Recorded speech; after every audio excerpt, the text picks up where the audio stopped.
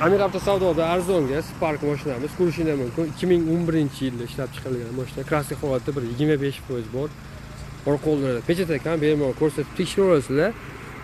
400 ming kilometrdan ko'proq masofani bosib o'tgan. Kichkina motorda, masalan, o'rta motor 1.2 li motorda, to'rtta bolalar zo'r holatda mashina. Kuzlari ham tiniq holatda turibdi.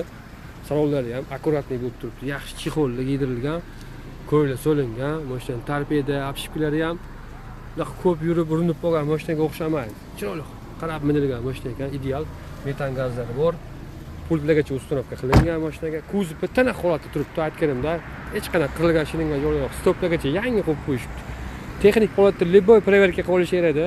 Hech qanaqa rasxod yo'q bilan motor, korobka, ходовойлari ham tiniq ekan. Bemalol ko'rib, tekshirib, проверка qilib, minib ko'rib, yo'q tursa, ana xudo xolasa 50 nomerda liboy dokument bo'lar ekan. Hujjat ustida pul sanaylasizlar.